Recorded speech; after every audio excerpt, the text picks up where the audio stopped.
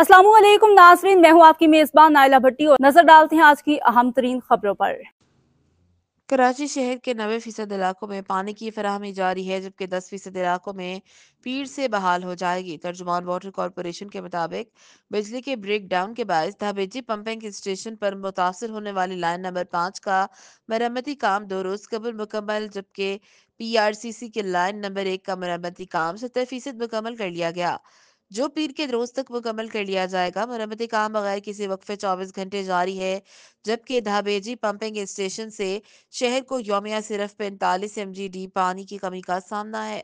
उन्होंने बताया कि PRCC लाइन को बनाने में मजीद वक्त दरकार होता है। इसके अलावा मरम्मती काम में ताखीर की असल वजह लाइन की रीसेटलिंग थी, क्योंकि 16 फुट के 10 पाइप्स में टोटल 160 फुट तक मिट्टी जमा हो गई थी। मिट्टी जमा होने के बायस वाटर कॉरपोरेशन को काफी मुश्किलात का सामना करना पड़ा, जबकि लाइन के अंदर जमा मिट्टी को आज सुबह से खोद खोद कर निकाला जा रहा है, जिसकी वजह से मरम्मती काम में ताखिर हुई। जबकि मुलाजमीन बड़ी मुश्किल से मिट्टी को निकाल रहे हैं, क्योंकि लाइन के अंदर हैवी मशीनरी नहीं जा सकती। इनका कहना था कि 6 पाइप्स में से मिट्टी को निकाला गया, बाकी 4 पाइप्स की सफाई जारी है। उन्होंने मजीद बताया कि लाइन की डीसैल्टिंग होने से पानी की फराहमी में काफ़ी बेहतरी आएगी। वाज़े रहे कि इलेक्ट्रिक की जानिब से धावेजी पंपिंग स्टेशन पर अचानक बिजली के ब्रेक डाउन होने के बायस पानी की 2 लाइनें मुतासर हो गई थी।